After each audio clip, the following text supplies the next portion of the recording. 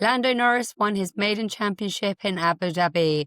We will get into everything that happened over the weekend. There is an awful lot to discuss, like was it Max Verstappen's best ever year, despite not actually winning?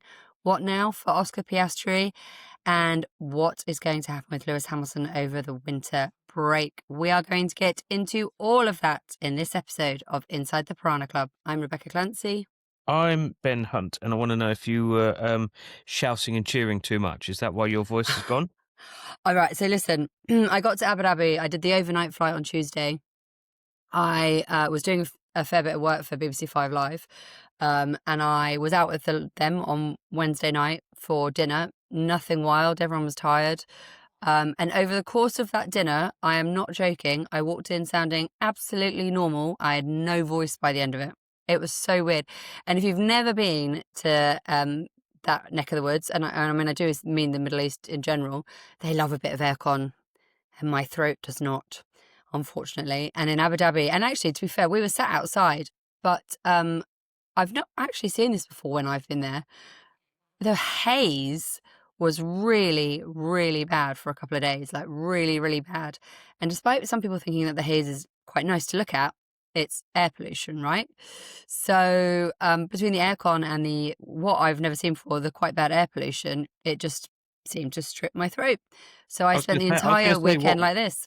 I was going to say, what was you going to eat for dinner? I thought that we're back on dinner chat, but Oh no, we went to I don't know if I've ever been with you. Went to that really good Mexican place down on no, the waterfront.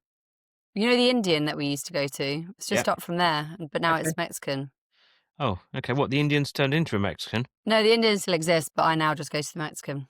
Um, I mean, it's sometimes sand though, right? Isn't it? If it's windy.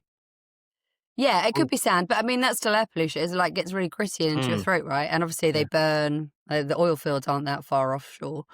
I don't think it was that. It's probably sand. But anyway, if you ever get sick, I highly recommend doing it in the paddock. So I went to the medical centre on Friday morning in a fairly desperate state, being like, I've got to be in a comms box in 3 hours, help. And I sounded a lot worse than this.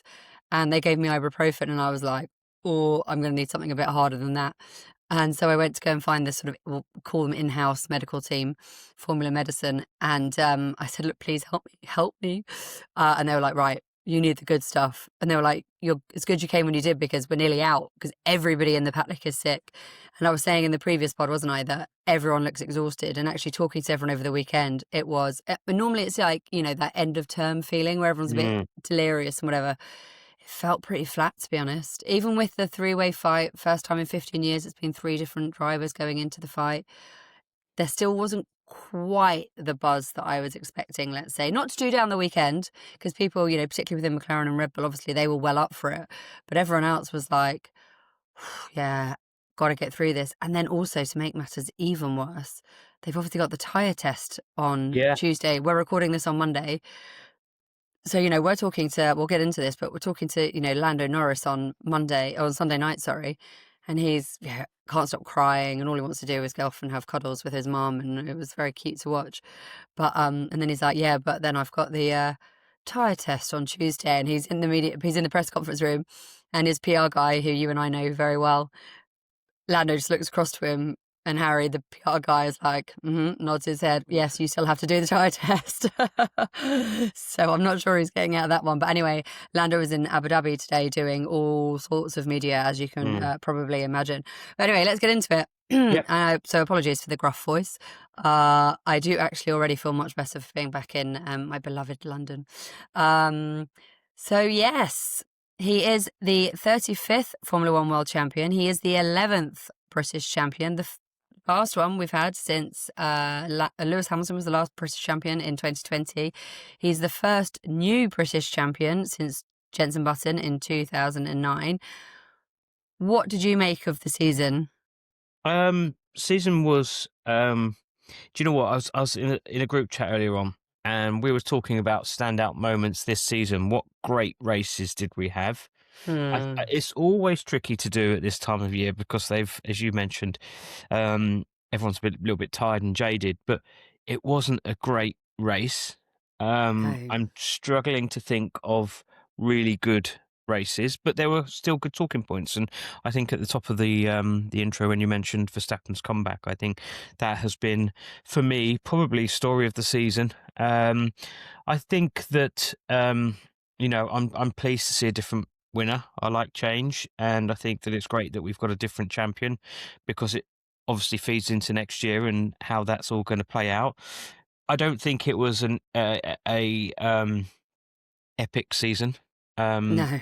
but that said, at least it went to the wire, which was one thing. As I say, pleased for Lando Norris, pleased for McLaren. Disappointed, obviously, for Oscar Piastri and Max, but I didn't think it was a vintage season, put it that way. No, and actually, a lot of the chatter in the paddock. So I flew back overnight after a mad dash to Dubai at midnight.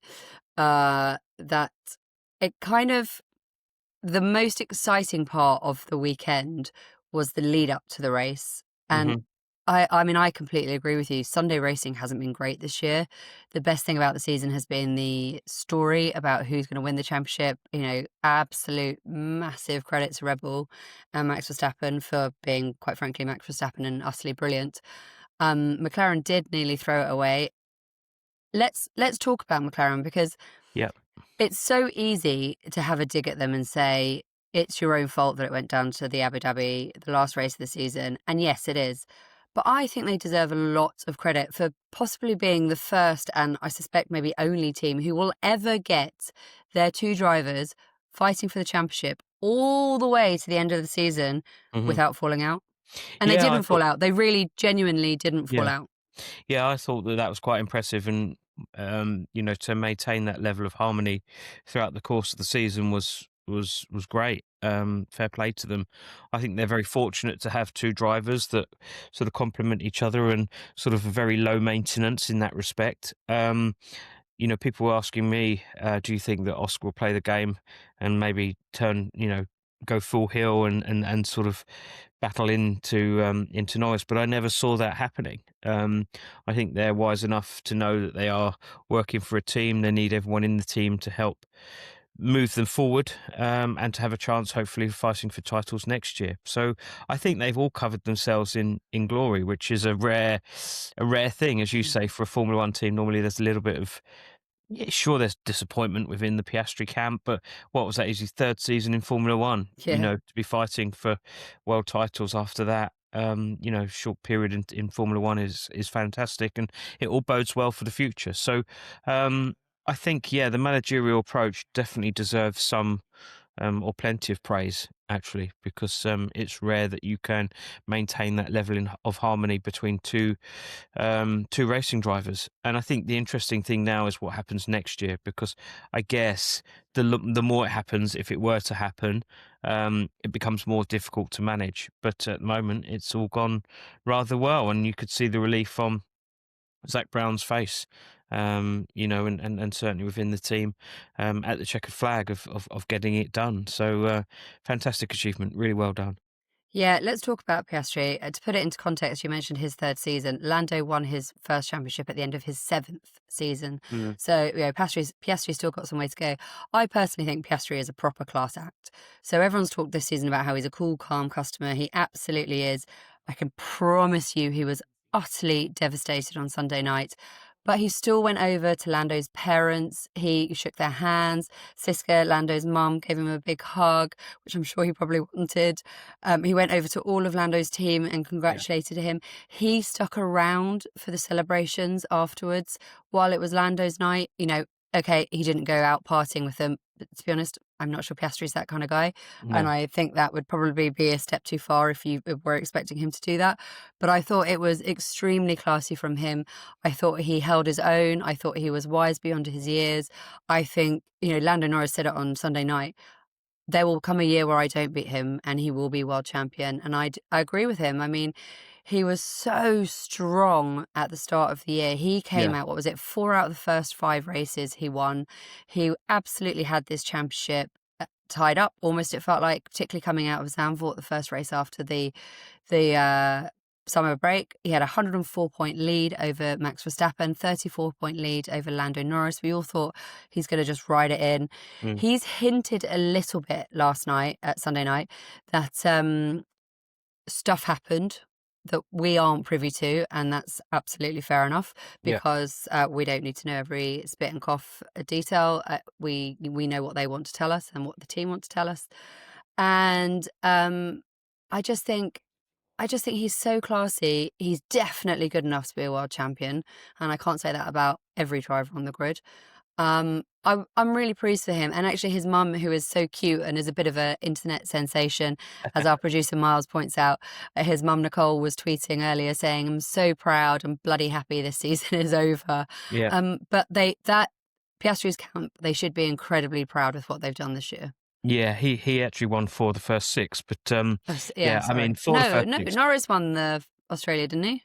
Yeah, of the first 6 races. So Oh, sorry, sorry. Norris won in Australia, and then Max Verstappen won in Japan, which was the God, was 3rd that race. this year? Jesus. So, yeah, it feels like a long time ago, Long old doesn't it? year. So, and I think it definitely is a tale of a season of 2 halves, isn't it, for Piastri? All going so well up until Dutch Grand Prix, which he won, pole fastest lap, and then from Italy, which was won by Verstappen, Norris finishing 2nd, he was 3rd. But from that moment onwards, that was where there was a bit of a wobble, wasn't there? He finished 3rd, retired in Azerbaijan, Well, the 4th team orders was the Singapore. key bit in Monza, wasn't it? Yeah, exactly. Being So I told to think give back that's the second place. probably what he's hinting at. Yeah. That had kind of stunted his progress, because at that point he was in the box seat and looking to have a strong finish. And yes, I mean, indeed he did have a strong finish. You know, he actually finished the season better than Norris in the Norris, final yeah. 3 races. They're both disqualified in Vegas, but he was 2nd in Qatar and Abu Dhabi, whereas Norris was 4th and 3rd. So look, I think that they will take the positives. It was only his 3rd season. To be fighting for world championships, as I say, is a remarkable achievement, and yeah, class act. You know, very very humble guy, from great background. You know, his family, very family first, and great achievement, I think, to finish 3rd overall against 2 He will formidable be characters. well, absolutely, and he will be enjoying the summer break, as he put it. He's heading back to Melbourne, and not great for the British journalists in the room, but he's loving the Ashes, and he told us that he'll be going to the game on Boxing Day in Melbourne. But I think Piastri, for me, it was summed up in that absolutely brilliant overtake of Norris around the outside of, what was it, turn 5, 6, I think. Absolute foot to the floor. He was not breaking or giving up. Norris, fair play. He was like, look, I just need to on the podium. You go for it, mate. You do what you've got to do in your championship fight. Yeah. I'm doing what I need to do. But it was so ballsy. I was like, oh my, I'm not even sure I watched the whole thing. I'm not sure I could. Yeah, no, it was yeah, it was great to watch. It was great to watch. Yeah. So let's talk about Verstappen. Yep. He was brilliant on Sunday night, I have to say. He spoke so well. I'm not sure I would use the word gutted, actually. I'm sure he probably was, but that Hmm. certainly wasn't how he came across. He said that he viewed this year as, actually, he said he felt better now, as in on Sunday night when we were talking to him in our press conference. He said he felt better now than he had done the previous year when he had won the World Championship.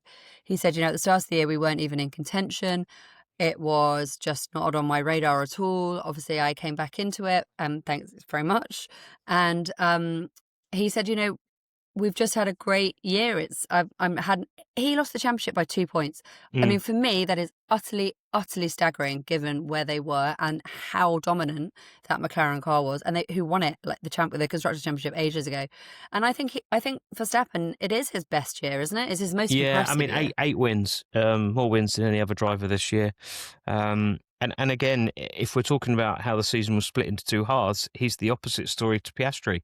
That turning point, obviously was 9th in Hungary, and then from then, it was podiums all the way for the rest of the year. So he clawed himself back into this championship, digging deep, and that's a combination of the team delivering a car, but also him doing enough on track as well, and sort of. I mentioned this before on this podcast, but almost being at peace with giving up the world title. I think that the moment that he had that in his mind, he was freed up, and I think there was a different Verstappen we saw this year. Someone that wasn't angry, he wasn't aggressive. It was just a mature performance. I think this year, all of this year. Okay, Um, I am going to point out the obvious as well. He became a father this year, well, and that's becoming a yeah, parent does give you a perspective that is very yes, different to one that you had before the baby came out. yeah. Well, it didn't slow him down, did it? It didn't slow him down, but like you say, I mean, for me, I guess the word I would use, he's mature beyond what I've ever seen him before.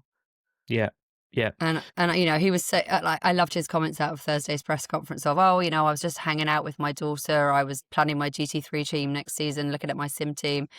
Like he really was.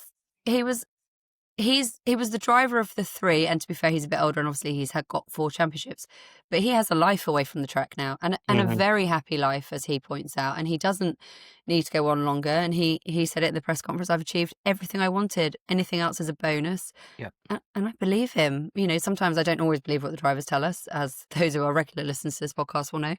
But actually, I think he does feel like that. I think he's at peace and he's very happy with his home life, and you know he's really settled, and and almost like a weight has been lifted because he has Mhm. this very happy life away from track. And to be honest, we sort of saw it with Lewis Hamilton, didn't we?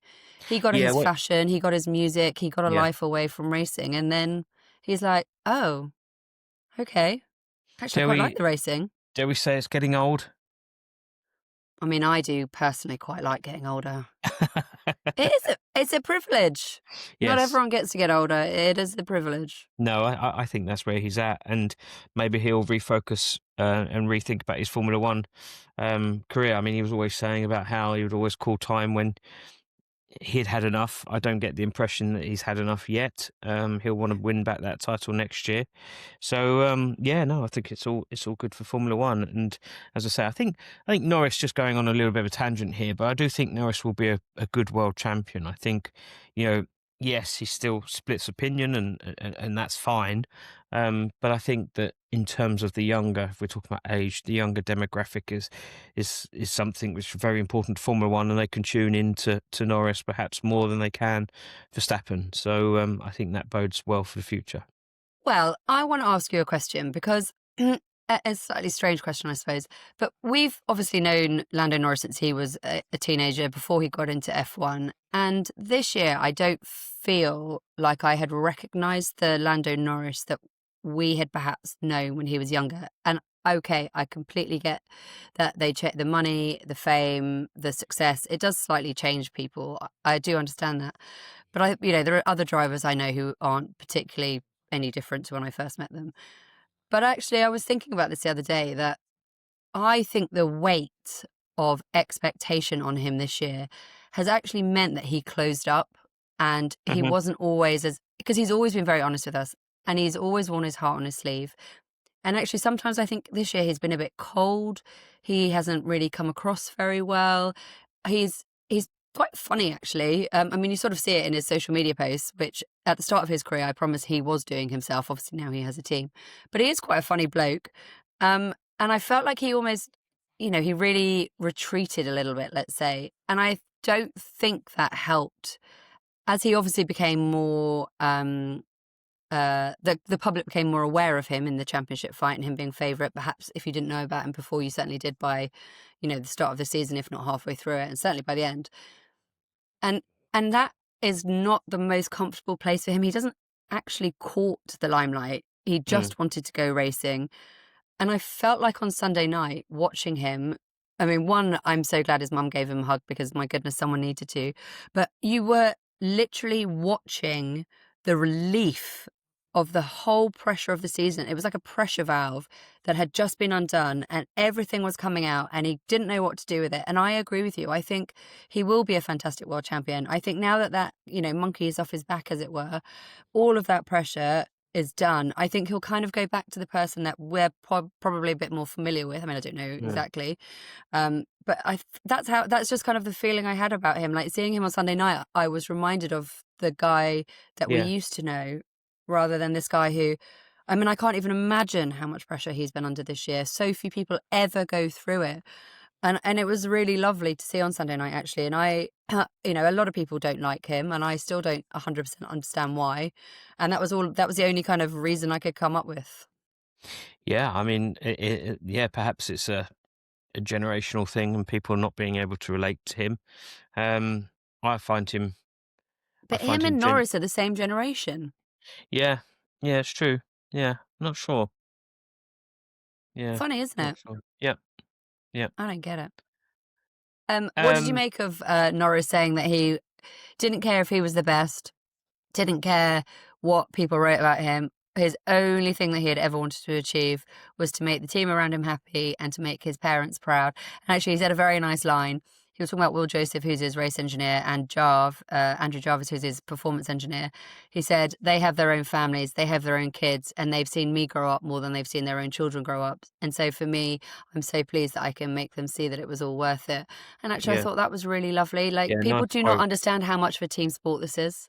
Yeah, yeah, and I messaged his management team because they're the ones for me that are responsible for this world championship and the ones that have guided him through the junior career. And big shout out to those. Mark Berryman has been by his side for donkey's years and sort of took over from those very early years and sort of pushing him and driving him forward. And it's all down to that management, and ad management is the company, but like they've done so well to position him in this right place and get the right people by his side. His physio John's been working with him for donkey's years and sacrificed a lot. And yeah, it's great for all those people behind the scenes to see him win the championship. Yes, it's nice for his mum and dad, nice for him, but it's those people, that team Norris, if you like, seeing them rewarded for the success and the work that they've put in. Well, I would say that his mum sacrificed her time with her son. She was quite honest about it in the interview, wasn't she? After she said, "I didn't really see him a lot. For Christmas, I'm going to see him for 3 days." You know, it's hard as a family. And growing up, she Yeah. didn't really get to see him growing up because he was away racing. And it's Yeah, everyone makes a sacrifice. and it's not just one season, like No, it's from since he was a kid, kind of giving up on school and turning his back on that education to go racing. That's a big decision and commitment for the family to allow that to happen, and they did because they could see the potential of where he is. And so this world title isn't a reflection of just the 1 year, it's all those. I forget how old he is now. What is he, 25? 26, 26, so 26. it's all Yeah, those years. What did he start? About 6 year old, so 20 years worth of karting yeah, and racing, and all through that lower formula. So that's the result of all those hard yards. yeah. So yeah, Okay, listen. very pleased. Yeah. So what happens next year? Um, Next year, what with regards to McLaren, Yeah, I think that they're in a good place. I think that they'll will take the momentum forward. Like Formula One is always about getting to the top and staying at the top, and I think that many people had them down this year as favourites to retain that constructors' championship, which they did. I think the harmony within the team will carry on. I think that they're fortunate to have Mercedes engines because the noise that we're hearing is that they are the best. And I think that design-wise, I think that they're got a good strong team there. I don't see anyone leaving. And if anything, they're going to be the favourites again. And let's see what happens. yeah. What about this relationship though? Because there were a lot of between the drivers, there were a lot of rumors about Piastri, and we know both McLaren drivers are signed on multi-year. They never tell us exactly how long contracts. Piastri's is thought to run to the end of 2028. However, there were a lot of rumors in the paddock over the weekend that Piastri was looking to join Red Bull from 2027. Yeah, How maybe. would that work? Maybe. Well, it could definitely work. I mean, who knows what's going to happen next year with regards to Ford's progress, whether Verstappen has enough, whether he wants to go somewhere else. There's lots that can happen next year with the change of regulations. And I think it's very early to be talking about that. I'm sure conversations have happened with regards to the parties and what if. You wouldn't be a Formula One manager doing your business if you weren't checking on people's availability. So it's entirely plausible that that could happen.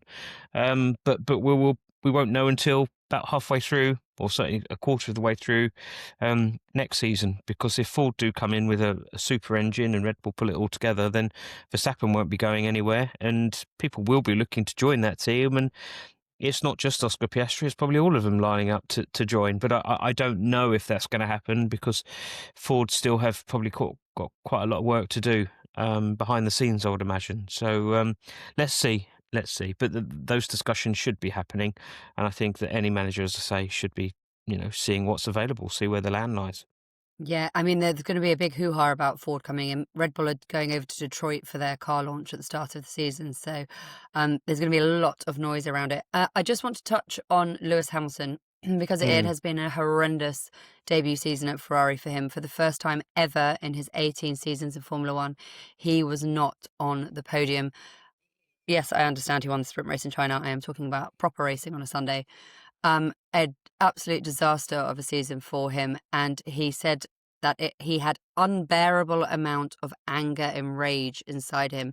He yeah. qualified 16th. He actually had a good recovery drive, but he is now going away over the winter break, shutting down, looking at his team around him, looking at his team in Maranello, and he is not in a good place, is he? It's really, really strange words, anger and rage. It's not words I ever associate with him, having covered him for 13 odd years. Yes, there were flashpoints with Max, but not really, and Nico, but not really. He would never say. If you think back to 21, yes, he was frustrated and took himself off, but anger and rage never entered the equation. He finished that year, despite losing the championship in those circumstances, with grace. And it's it's just really strange terminology. For me, I never had him finishing 86 points behind his teammate. I never had him not scoring a podium. I thought that the win was on the cards, as you know, I've predicted, and that hasn't come off. A really difficult, more difficult than anyone expected first season at Ferrari. We knew it was going to be tough, and it's really incredible to think back to that very first day and the PR shoot and all the traction that story got, and then 9 months later or whatever it is, 10 months later, to see it end in this particular way is really disappointing for everyone. I think the situation at Ferrari is a total shambles. I think leadership isn't there.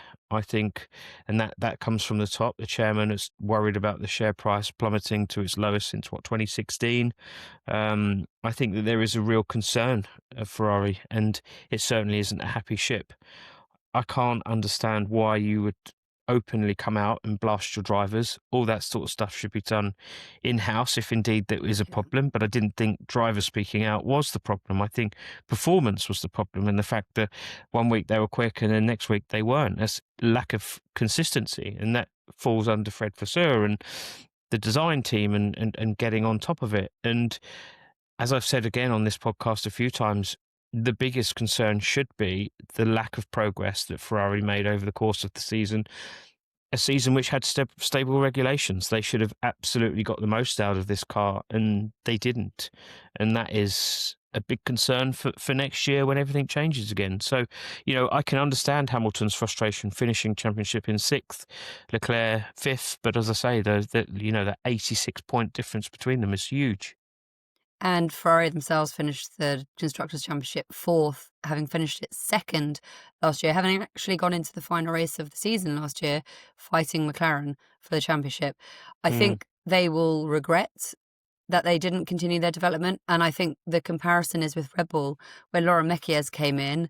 He continued the development of this year's car because he wasn't entirely convinced that what was happening back at the factory was translating into what was going on the track. So he wanted to check all of their systems, from the sims to the CAD hmm drawings to everything. And so a lot of what happened this year in the development of Red Bull since Mekies came in, having replaced Christian Horner, was to do with that. And mm. Ferrari, there doesn't seem to be anything happening back at Maranello that translates into what's going on the track. And they have, I think, they went too early on the 26 design. They seem to completely give up on this season for reasons that no one really understood, least of all the drivers. And they still don't know if what happens back at the factory does correlate onto the track. So actually, it's hard to think how, yes, okay, there is an enormous regulation change, engine and chassis change. It doesn't feel like they're in the right place, though, to take advantage of it and No. to come out of the blocks firing. And I feel like next year could be another very difficult year for them. And the Yeah. rumours already, again, in the paddock are that Fred Vasseur doesn't have very long, perhaps till the summer. And, these F1 teams, they are tankers to turn around. It is Mhm. not a quick process. And No. he's not even started the turn. No, I mean that, to put it into context, they failed to finish or failed to score points, shall we say, in 3 races last year. No other team did that. Every other team had, a finish at least. And that for me is huge points dropped. And yes, and that needs to be addressed. I know there was the disqualification, and unfortunately there are accidents, and sometimes it's not within their control. But the facts remain that they didn't score points in 3 races, and that's again needs looking at. Yes, the pressure should be on Vasseur. I think that halfway through the year, when the Italian media started to turn on him, and he came out in Canada and addressed that in a bizarre press conference, I think that'll resurrect itself. I think at some point over the winter, where people start questioning his leadership again. It actually led to him getting a contract extension in July, strangely. Um, Strange, yeah. yeah, a bit like certain people speaking out and hoping to get a new contract or getting rid of people, i.e. Mo Salah, if you're a Liverpool fan, which I am sadly at the moment. Thrown under the Okay. bus. Is that what he Oh, said? yeah. Oh, I mean, if you shoot for the king, you better make sure you get him, right? Um, One other order of business is that obviously we mentioned the tyre test, but I think Lando Norris might be the only person who is excited to go to Uzbekistan on Friday for the FIA prize giving, where he's actually in a quirk of the regulations, because of course there is where the FIA is concerned. Lando Norris isn't actually Formula One world champion yet, and he won't be until Friday when he gets his trophy Yeah. in Uzbekistan. Yeah, what a lovely place. Oh well, I've never been. I'm sure it's lovely, but it's so strange doing it. I mean, for me, the trophy should be at the final race. That's where it Yeah. should be presented, or at least, if it's not there, like a gala dinner or something the day after. Yeah. To drag it on for another week and force everyone to fly there at this time of year after 24 races is just too much, in my Yes, too much. opinion. But And they're flying um, in and out. I mean, I know they all have private yeah, jets, but it's still yeah. a decent, most people are based in the UK. It's still a decent 7 hour flight, 8 hour flight. Yeah. Quick word. I think Williams did well. I know that they Yes. didn't do particularly well in the final race, no points, but I think finishing fifth overall is a really good achievement for James Vowles and what he's achieved there. Slightly disappointing for Haas. I thought that they were going to do better than they did. They finished the championship in eighth, which is still an improvement. I think Aston Martin, very disappointing again, seventh, and Alpine, the end of Renault engines for the time being, finishing last on 22 points. Yeah, terrible. That's not good enough, is it? No, not good enough at all. And the other order of business is the FIA presidential, I say in quote marks, election. We all know Mohammed bin Sulayem is uncontested and so will be voted in for a second term. There is a Hmm. court case going on to challenge it, but as you can probably imagine, it is still going ahead anyway. So Yeah, there you go. Right, well, that wraps up 2025. perfect. Shall we do a team by team roundup? We are Yeah, going to have a couple of podcasts between now and the end of the year because there is no rest. Why would there be? Who needs a winter break? Well, let's be honest, there isn't really a winter break. The teams go testing again on the 26th of January, which is slightly ridiculous.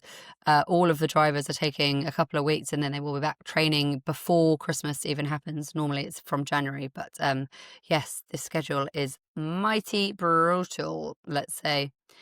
Right. But until then, we have very much enjoyed talking to you all this season. Thank you very, very much. If you have enjoyed listening to us, mostly massively digress, let's be honest, please do rate and review us. It really does mean a lot to us. And we would also absolutely love to hear from you about things we could do better. If there's anything you'd like us to look at next season, because we will be back for the 2026 season and we will be at races and there will be lots and lots and lots to discuss. So until next time, thank you very much for listening. thank you.